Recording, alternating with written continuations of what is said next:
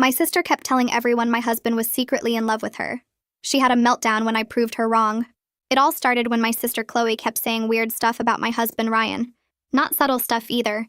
She'd literally tell people at family dinners that Ryan was obviously in love with her. The evidence? He helped her move a couch once. He fixed her laptop when it crashed. He jumped her car battery that one time in the parking lot. Normal stuff any decent person would do for their sister-in-law. But Chloe turned it into some romantic fantasy. "Did you see how fast Ryan came when I called about my car?" she'd say at dinner. He dropped everything. My mom would look uncomfortable. My dad would clear his throat. I'd sit there trying not to throw my fork at her. "He's my husband, Chloe. He's being nice." Nice? Please. Men don't do that much for women they're not interested in. He does that much for me because I'm his wife. But he does it for me too, she'd say with this little smile. "What does that tell you?" "It tells me you're delusional." She'd laugh. "You're so naive." Ryan would text me asking if I needed anything from the store, and she'd lean over to look. "See? He's thinking about coming here. He wants an excuse to see me. That's my grocery list, Chloe. He's asking if I need milk." She kept escalating it. When Ryan helped her install a ceiling fan because her landlord wouldn't, she posted about it. "So blessed to have someone who drops everything for me." When people asked who, she'd be coy about it. Someone special. My friends started asking me questions. "Your sister posts about Ryan a lot. Is everything okay?" Everything was not okay. I tried talking to Ryan about it and he was oblivious. "She's just joking around," he said. "She's not joking. She told my cousin you have feelings for her." He looked genuinely shocked. "What? Why would she say that?" "Because you keep helping her with stuff." "So, she's your sister. I'd be a jerk if I didn't help." That's when I got the idea. What if you were a jerk? What if you stopped helping completely? He didn't want to at first, but after Chloe told his brother that there was definitely chemistry between them, he agreed. The next time Chloe called about her Wi-Fi not working, Ryan said he was busy. She called me immediately. "Ryan won't come fix my internet. Okay? He always fixes my tech stuff. Not anymore." 2 days later, she called him about moving furniture. He said no. She showed up at our house. "What's wrong with Ryan?" she asked. "Nothing's wrong with him. He won't help me with anything anymore. He's being so cold." "Interesting. When a man stops dropping everything for you, you notice, huh?" She got defensive. "I don't know what you're implying." "I'm not implying anything. You said men only help women they're interested in. Ryan's not helping you. What does that tell you?" She tried another angle at the next family dinner. "Ryan's been so mean to me lately," she announced to everyone. "Won't even help me move one tiny bookshelf." My uncle laughed. "Why would Ryan move your furniture? He's not your husband, but he always helps me. He's so good at that stuff." My aunt chimed in. "Maybe he's busy with his own house." Chloe looked frustrated. "He's not too busy. He helped his coworker fix her fence last week." I jumped in. "Yeah, Tim asked him to help his wife with that. Tim couldn't do it because of his back surgery. So he helps other women, just not me," Chloe said. "He helps people when their actual partners can't. You're single, Chloe. You don't have a partner whose husband needs to step in." She was getting red. "This is about what I said before, isn't it? About what you've been saying for months? That my husband is in love with you?" "Yeah, that." Everyone at the table got quiet. My mom finally spoke. "Chloe, you've been saying that? It was just a joke." "Really? Because you told my hairdresser he was going to leave me for you eventually. You told our cousin that he texts you constantly. He's never texted you first in his life." Chloe looked around the table for support but found none. My dad shook his head. "That's inappropriate, Chloe." She tried one more time. "Fine, I was wrong. Can Ryan please just go back to normal?" "Normal meaning what?" I asked. "Helping you with everything while you tell people he wants you?" She didn't answer. I thought that was the end until I found her Facebook announcement. I opened Facebook that night and there it was at the top of my feed. Chloe had posted 3 long paragraphs about taking a break from family events because certain people were making her feel unwelcome and unsafe. She didn't name me directly, but it was obvious. The post talked about being punished for having feelings and how some people can't handle it when others are more desirable than them. She wrote about toxic family members who put their own insecurity above the well-being of others. The post made it sound like she was the victim of some horrible mistreatment, instead of someone who spent months telling people my husband wanted her. I read it twice to make sure I wasn't missing something. Nope. She really posted this for everyone to see. My phone started going crazy within 20 minutes. The post already had 15 comments from people asking what happened and telling Chloe they supported her. Most of them were her friends who didn't know our family situation. They left messages about cutting off toxic people and protecting your peace. My phone buzzed with texts from my mom, my dad, Grayson, my aunt, my uncle, everyone asking if I'd seen it, everyone asking what we should do. My dad's text just said, "Call me now." My mom sent 3 messages in a row about how embarrassing this was. Grayson texted asking if Chloe had lost her mind. I stared at my phone as more notifications came in. This was really happening. Chloe took our private family issue and made it a public drama. I took screenshots immediately before she could delete anything, captured the whole post and all the comments, sent them to Ryan first, then to my parents, then to Grayson. I needed everyone to see exactly what she wrote before she changed her story. Ryan called me 30 seconds after I sent it. He wanted to comment right away and tell everyone the truth. I told him to wait. We needed to think about this carefully. If we just reacted without a plan, Chloe would twist it into more proof that we were attacking her. He didn't like waiting, but he agreed. I could hear how angry he was in his voice. This wasn't just about me anymore. Chloe was dragging his name through the mud too. Isabella texted me 5 minutes later. She'd seen the post and wanted to know what was going on. "This seemed extreme even for Chloe," she wrote. I called her because this was too much to explain in texts. I told her everything. The months of comments about Ryan being in love with Chloe. The family dinner where it all came out. How Chloe had been telling people Ryan was going to leave me. Isabella kept saying, "Oh my God, and I can't believe this." She felt terrible that this had been happening and she didn't know. She asked why I didn't tell her sooner. I didn't have a good answer. I guess I kept hoping it would just stop on its own. That was stupid. It obviously wasn't going to stop. My mom called crying before I even finished talking to Isabella. I had to tell Isabella I'd call her back. My mom was upset about the Facebook post making our family look broken and messed up. She wanted to call Chloe right away and make her take it down. I told her that was a bad idea. If she called Chloe now, Chloe would just feel more like a victim. She'd say we were all ganging up on her and trying to silence her. That would make everything worse. My mom didn't want to just let the post sit there for everyone to see. I got that. It was horrible. But reacting emotionally was exactly what Chloe wanted. She posted it to get a reaction. We needed to be smarter than that. My mom finally agreed to wait, but I could tell it was killing her. I spent an hour writing my own Facebook post. I wanted to lay out the facts without attacking Chloe directly. I explained that my sister had been telling people my husband was in love with her for months, that she based this on normal helpful things like fixing her laptop and jumping her car, that we tried to address it privately as a family before it got to this point. I kept it calm and clear. Just the facts. I didn't call her names or say she was crazy. I just explained what actually happened. Ryan read it before I posted it and said it was good. He said it made me look reasonable and Chloe look ridiculous without me having to say that directly. I hit post and waited to see what would happen. The comments started coming in right away. People I went to high school with. Friends from work. Family friends who knew both of us. Most of them were supportive and said they couldn't believe Chloe had been doing this. A few said they'd noticed her posts about Ryan and thought they were weird, but didn't want to say anything. Then Nyla commented. She said she remembered Chloe telling her that Ryan was going to leave me eventually. She wrote that she thought it was strange at the time but didn't want to get involved in family stuff.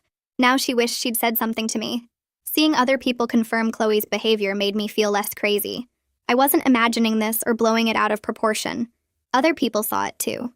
Chloe responded to my post 40 minutes later. Her comment said I was gaslighting her and rewriting history. She wrote that everyone saw how Ryan used to drop everything for her until I forced him to stop. She said my jealousy and insecurity were destroying the family, not her honesty about Ryan's feelings. The comment was long and detailed. She made it sound like Ryan stopping his help proved there was something between them that I was threatened by. She added that I couldn't handle the fact that Ryan cared about her, and that I was punishing both of them for having a connection. It was completely twisted. She took Ryan being nice to his sister-in-law and turned it into this whole romantic thing that didn't exist. Ryan commented on both posts after that. His comment was short and clear. He wrote that he had never had romantic feelings for Chloe, that he only helped her as family the same way he'd help any relative, that her claims about his feelings had made him deeply uncomfortable for months. He said he stopped helping because the situation became inappropriate when she kept telling people he was in love with her, not because I made him stop. He tagged both me and Chloe so everyone would see it. His comment got more likes than either of our posts. People started commenting under his saying they believed him and that Chloe needed to stop. A few people said they felt bad for him being put in this position. The whole thing exploded after Ryan commented. Extended family members started weighing in. Old friends from college joined the conversation. My uncle commented supporting us. My aunt did too. Some of Ryan's friends from work found the posts and commented. Most people were on our side, but a few distant relatives said we should handle family business privately. They wrote that airing this stuff on Facebook was shameful. and made everyone look bad. One of my dad's cousins said we were all acting like children and needed to take this offline. I understood their point, but Chloe was the one who made it public first. We were just defending ourselves. Still, I started to regret posting anything. This was getting out of control and way more people were involved than I wanted. Chloe posted again the next morning. This time it was longer and more detailed. She wrote about how men don't always understand their own feelings and how society teaches them to suppress emotional truth. She said Ryan's discomfort around her lately was actually proof that he was conflicted about his attraction to her. She claimed I had manipulated him into denying the obvious chemistry between them, and that time would prove her right. She added that authentic connections can't be hidden forever, no matter how hard people try to bury them. The post had this fake deep tone like she was some relationship expert instead of my delusional sister. I read it 3 times trying to figure out if she actually believed this stuff, or if she was just trying to save face after everyone called her out. Ryan saw it and just shook his head. He didn't even want to respond anymore because what was the point? You can't reason with someone who twists everything to fit their fantasy. I screenshot it and sent it to my parents. My mom called immediately asking what we should do. Before I could answer, my dad commented on Chloe's post. I watched it appear in real time. He wrote that her behavior was unacceptable and that she needed professional help to deal with whatever was causing these delusions. He said she owed Ryan and me a genuine apology and that the family couldn't keep pretending this was normal. It was the first time he'd been this direct with her publicly. Other family members started liking his comment within minutes. My aunt added her own comment agreeing with him.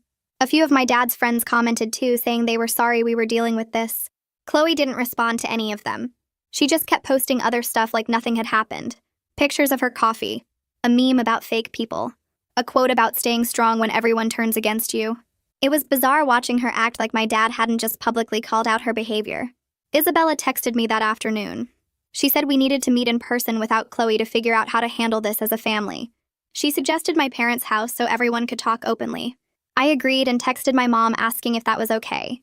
She said yes immediately, and that she'd been thinking the same thing. We set it up for the next evening. My mom called my aunt and uncle. I texted Grayson. Everyone said they'd be there. Ryan asked if I wanted him to come, but I told him he didn't have to sit through a whole meeting about my sister's obsession with him. He said he'd come anyway for support. The next evening, we all gathered at my parents' house. My mom had made coffee and put out cookies like this was some normal family get-together instead of an intervention planning session. We sat around the living room and nobody knew how to start. Finally, my dad cleared his throat and said we needed to talk about what Chloe had been doing and saying. He asked if anyone else had heard her make inappropriate comments about Ryan. My uncle spoke up first. He said Chloe had asked him a few weeks ago if he thought Ryan seemed happier when she was around, versus when it was just me.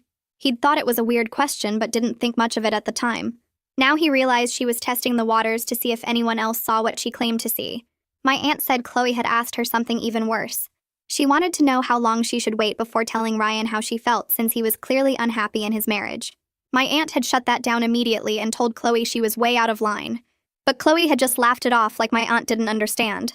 Grayson shared that Chloe had sent him a long text message about signs that someone is attracted to you even if they won't admit it. The whole message was clearly about Ryan. She'd listed things like making excuses to be around someone and doing favors without being asked. Grayson said he'd ignored the text because he didn't know what to say. Hearing everyone's stories made me realize how much worse this was than I'd thought. Chloe hadn't just been saying this stuff to me. She'd been working on multiple family members, probably trying to build support for her delusion, or at least plant seeds of doubt about my marriage. It was calculated in a way that made my skin crawl. My mom was crying quietly. She kept saying she didn't understand how Chloe got like this. My dad put his arm around her and said we needed to decide on clear boundaries and consequences. We talked for over an hour about what to do. Some people thought we should just ignore Chloe until she got bored and moved on. Others thought we needed to force her into therapy somehow. I said we couldn't force her to do anything, but we could control whether she was welcome at family events. Ryan agreed and said Chloe needed to understand there were real consequences for her behavior. We finally decided as a family that Chloe wouldn't be invited to any family events until she got therapy, and gave us a genuine apology. Not just to me and Ryan, but to everyone she'd involved in this mess. My mom struggled with this decision. She kept saying Chloe was still her daughter, and she didn't want to abandon her. My dad reminded her that setting boundaries wasn't abandonment. It was actually the most loving thing we could do because it might push Chloe to get help. My aunt said she'd support whatever we decided. My uncle said he thought it was fair. Grayson said it was past time for consequences. My dad volunteered to call Chloe and deliver the family's decision. He said he felt responsible for not shutting this down sooner when the comments first started. He should have been firmer with her months ago instead of just looking uncomfortable at dinner. My mom tried to argue that she should be the one to call, but my dad insisted. He wanted Chloe to hear it from him, so she'd know this was serious. We all stayed while he made the call. He put his phone on speaker so we could hear. Chloe answered on the third ring, sounding cheerful. My dad didn't waste time with small talk. He told her we'd had a family meeting and that everyone agreed her behavior toward Ryan was inappropriate and harmful. He said she wasn't welcome at family gatherings until she got professional help and apologized sincerely. Chloe's voice changed immediately. She started yelling that the family was choosing me over her. She said we were all going to feel terrible when Ryan eventually admitted the truth about his feelings. She called my dad a bad father for taking my side. She said my mom must be so proud of herself for raising one golden child and one scapegoat. My dad tried to interrupt, but she just kept screaming. She said none of us understood real love or authentic connection. She said Ryan was going to realize what he was missing and come to her eventually. Then she hung up on him mid-sentence. My mom burst into tears. She said she never expected it to get this bad. She'd thought Chloe was just going through something and would snap out of it. But hearing her scream like that made my mom realize how deep the delusion went. Ryan squeezed my hand. My aunt looked shocked. Grayson just shook his head. We all sat there for a minute, not knowing what to say. The next morning, I woke up to 17 text notifications. Chloe had posted again. This time it was a long message about toxic family dynamics and how she was scapegoated for telling uncomfortable truths. She didn't name anyone specifically, but it was obvious who she meant. She wrote about families that can't handle honesty and how they gang up on the person brave enough to speak reality. She said she was the victim of family abuse and that she was going no contact for her own mental health. She made it sound like we'd attacked her out of nowhere instead of responding to months of her inappropriate behavior. The post already had 20 comments from her friends who didn't know our family. They were all supportive messages about cutting off toxic relatives and choosing yourself. People wrote about how proud they were of her for setting boundaries. Someone said families that can't accept truth don't deserve access to you. Another person said she was brave for walking away from abuse. I wanted to comment so badly and set the record straight. I wanted to reply to every single person and tell them what Chloe had actually been doing. But I knew that was exactly what she wanted. She wanted me to engage, so she could play victim even more. She wanted a public fight she could screenshot and show people as proof of my toxicity. So I did nothing. I just watched the comments pile up while my blood boiled. Isabella called me about an hour later after seeing everything unfold online. She told me I needed to document all of this properly.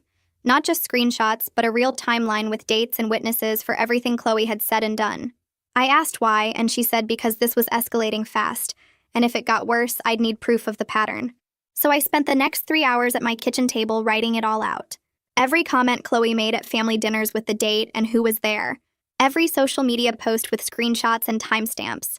Every person she told about Ryan's supposed feelings with their names written down.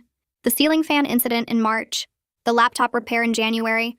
The car battery jump in the parking lot last November. By the time I finished, my hand hurt from writing, and I had 6 pages of single-space documentation.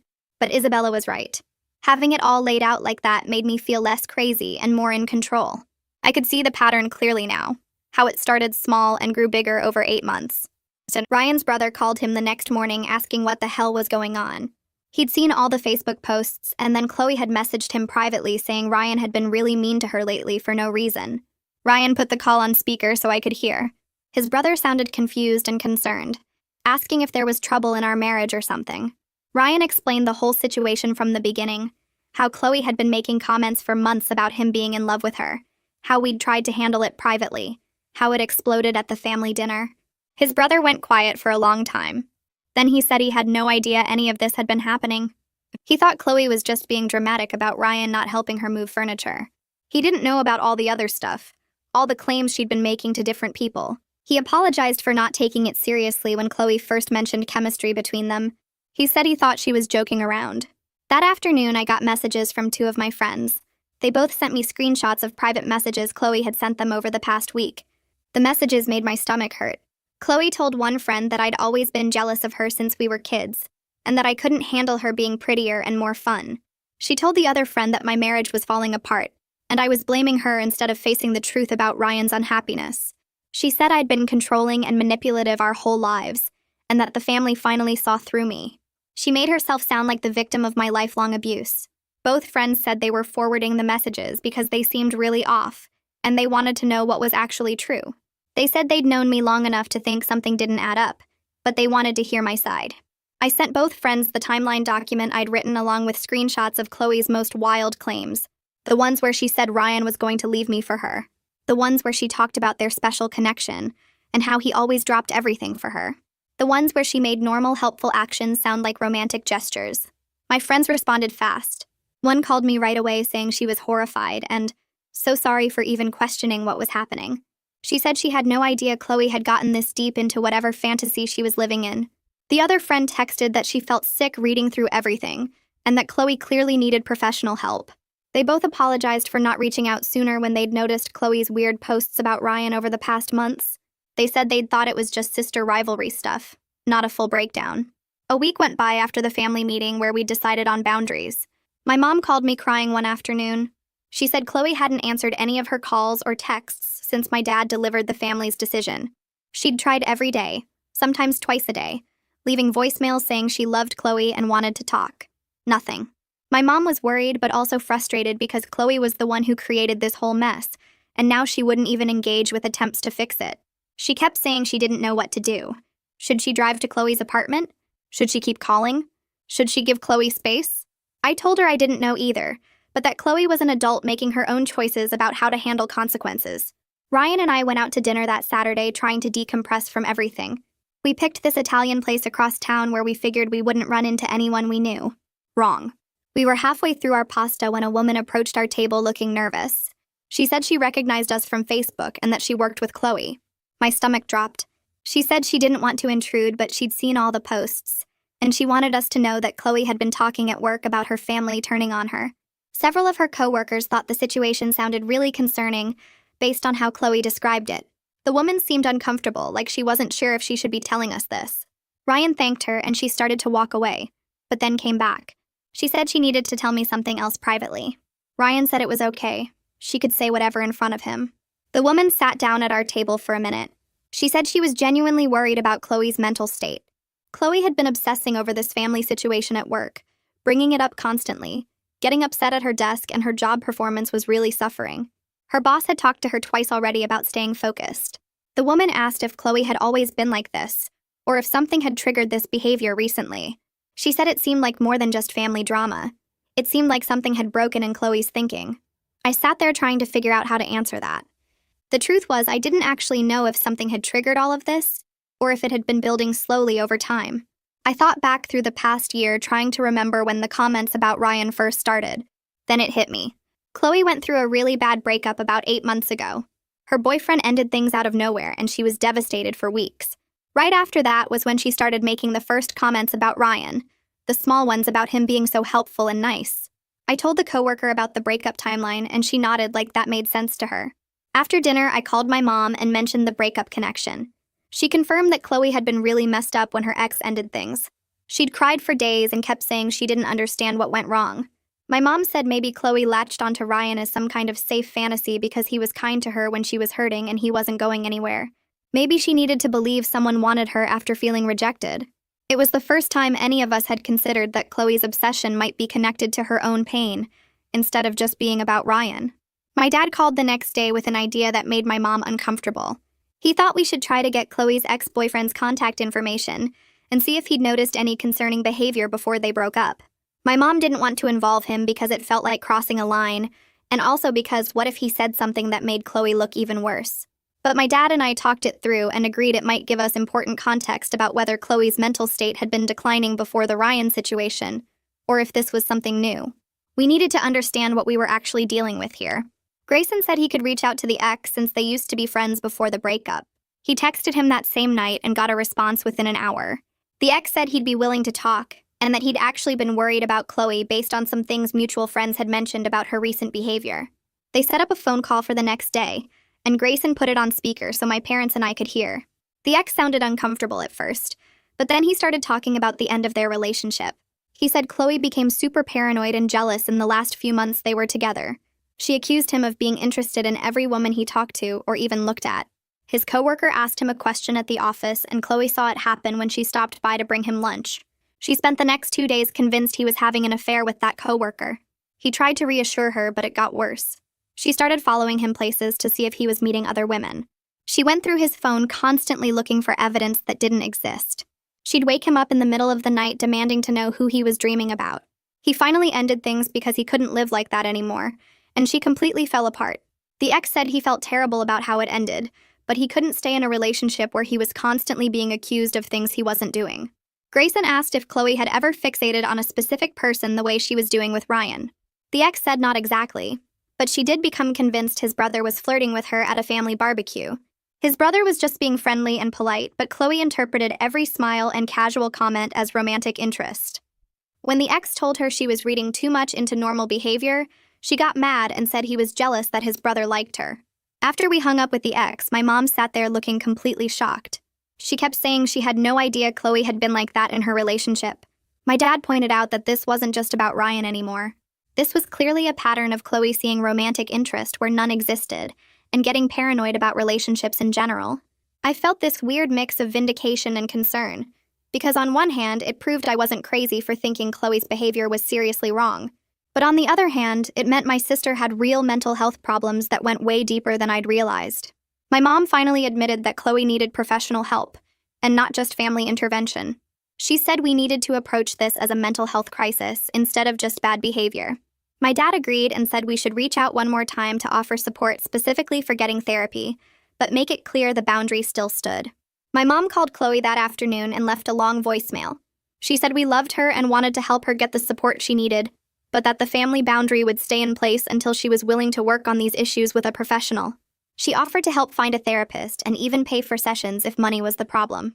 2 hours later, Chloe sent a text to the family group chat. It said we were all going to regret abandoning her when she needed us most, and that we'd see how wrong we were about everything.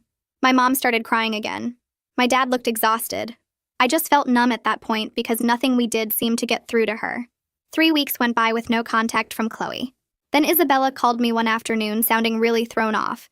She'd just seen Chloe at the grocery store and Chloe had pretended not to see her. Isabella said she walked right past her in the produce section, and Chloe looked directly at her and then looked away like they were strangers. Isabella said hello anyway because that's just weird to ignore someone you know, and Chloe walked away without responding. Isabella said it was completely unlike Chloe's normal friendly personality, and it genuinely freaked her out. A few days after that, my aunt called with more news. Chloe had shown up at her house unannounced, asking if she could stay there for a while. When my aunt asked what was going on, Chloe admitted she couldn't afford her rent anymore. My aunt asked what happened to her job, and Chloe got defensive, but eventually said she'd been written up twice for poor performance and would probably get fired soon. My aunt told her she could stay one night, but only if she agreed to follow the family's requirement about getting therapy and apologizing to Ryan and me. Chloe said she'd think about it. The next morning, my aunt woke up and Chloe was already gone. She'd left without saying goodbye or leaving a note. Later that day, Chloe posted on Facebook about family members who offer conditional love instead of real support. My aunt was hurt, but also relieved because she didn't want to deal with Chloe's drama in her own house. Then I started hearing from mutual friends that Chloe had been telling people Ryan was texting her again. She apparently said he'd been apologizing for how he treated her, and that they were working things out. I felt my stomach drop when I heard that because it was such an obvious lie. I asked Ryan about it, and he immediately pulled out his phone to show me. 0 texts to or from Chloe since the family dinner. 0 calls, 0 contact of any kind. He scrolled through everything to prove it, and I believed him, but I was furious that Chloe was out there actively lying about contact that wasn't happening. Ryan looked really serious and said we might need to send her a formal cease and desist letter if she kept making false claims about him. I hated that it had come to this, but I agreed that we needed to protect ourselves if she was spreading lies that could damage his reputation. We started looking up lawyers who handled this kind of thing. Before we could actually draft anything, my mom called sounding panicked. Chloe had just contacted her asking for money because she got fired from her job. My mom asked her what her plan was, and Chloe said she needed money for rent and groceries until she found something new. My mom told her she'd be happy to help with therapy costs but not living expenses until Chloe addressed the family situation and got professional help. Chloe hung up on her without another word. My dad called me that evening and said he was going to Chloe's apartment the next morning to check on her no matter how mad we all were because someone needed to make sure she was okay. I told him to be careful and to call me if anything seemed really wrong. He showed up at her place around 10 and texted me immediately. Her apartment was a complete disaster. Dishes piled in the sink, trash overflowing, clothes everywhere. Chloe answered the door in pajamas that looked like she'd been wearing them for days, and her hair was greasy and unwashed. My dad said she looked terrible, and clearly hadn't been eating much based on how her clothes hung on her. He asked if he could come in, and she just stepped aside without saying anything. Once inside, he found empty takeout containers covering the coffee table, and the curtains were all closed, making the whole place dark and depressing. He sat down and asked her directly what was going on and if she was taking care of herself. Chloe started crying immediately.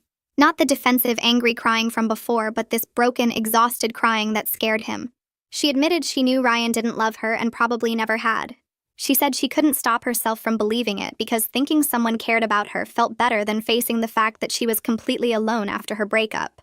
She told my dad she'd ruined everything and didn't know how to take back all the things she'd said and done to our family. My dad held her while she cried and told her she needed immediate help and that we all still loved her, but she had to be willing to work on whatever was causing this. She kept saying she was so embarrassed and didn't know how things got so out of control. My dad called me from her apartment about 20 minutes later and asked if I'd be willing to talk to Chloe with him there to help keep things calm. I didn't want to at first because I was still so angry about everything she'd put us through, but then I heard Chloe crying in the background, and it wasn't the defensive anger she'd been showing for weeks. It was genuine distress and fear, and it made me realize she really was falling apart. I agreed to come over and got there within 30 minutes. The conversation was awful and awkward in every possible way. Chloe apologized, but then immediately started making excuses about how Ryan's kindness had confused her and made her think he had feelings for her. I cut her off and told her that her confusion didn't justify months of inappropriate comments about my husband or the lies she told everyone about him texting her and wanting to leave me. I said I needed to see real, actual change before I could even think about trusting her again. She nodded and kept crying and said she understood. My dad suggested therapy and Chloe agreed right away. She asked if we could keep it between us for now because she was so embarrassed about how out of control everything had gotten. I told her no. The whole family needed to know she was getting help because they were all worried and waiting for her to take responsibility for what she'd done. She looked hurt, but agreed that made sense. My dad spent the next 2 days making phone calls and looking up therapists in our area who specialized in relationship issues and delusional thinking patterns. He found someone with good reviews who had an opening the following week. Chloe accepted the appointment and my dad offered to drive her there himself, which she agreed to with obvious relief on her face. The night before her first therapy session, Chloe posted a public apology on Facebook. It admitted she'd created a false narrative about Ryan and that she was getting professional help to deal with some personal issues. It wasn't as detailed or specific as I would have liked because she didn't really explain what the false narrative was or apologize directly to Ryan and me by name. But it was a start, and several people commented supportive messages about her taking accountability and getting help. Ryan read the apology the next morning while drinking his coffee. He told me he appreciated that she posted something public, but he wasn't ready to have any contact with her yet. I completely understood and told him to take whatever time he needed to feel comfortable. I said my relationship with Chloe going forward would be separate from his boundaries with her, and he didn't need to do anything he wasn't ready for. He seemed relieved that I wasn't going to push him to forgive her or interact with her before he was ready. Over the next month, Chloe kept going to therapy and sent me occasional text updates about what she was working on with her therapist. She said her therapist had diagnosed her with some anxiety and attachment issues that had gotten much worse after her breakup 8 months ago. Apparently, she developed this pattern of latching onto unavailable people as a way to avoid actually dealing with her fear of being alone. It explained her behavior, but definitely didn't excuse the months of inappropriate comments and lies about Ryan. I texted back short responses acknowledging her updates, but didn't engage in long conversations because I still needed space from her. My mom called me one afternoon sounding happier than she had in weeks. She said Chloe had gotten a new job at a different company and seemed to be doing much better overall. Chloe was attending therapy twice a week and hadn't made any inappropriate comments about Ryan or anyone else's relationships during their phone calls. My mom said Chloe was asking about family dinner plans and wondering when she might be welcome again but wasn't pushing or demanding anything. 2 months passed and my mom called asking if I'd be okay with Chloe coming to a small family dinner at their house.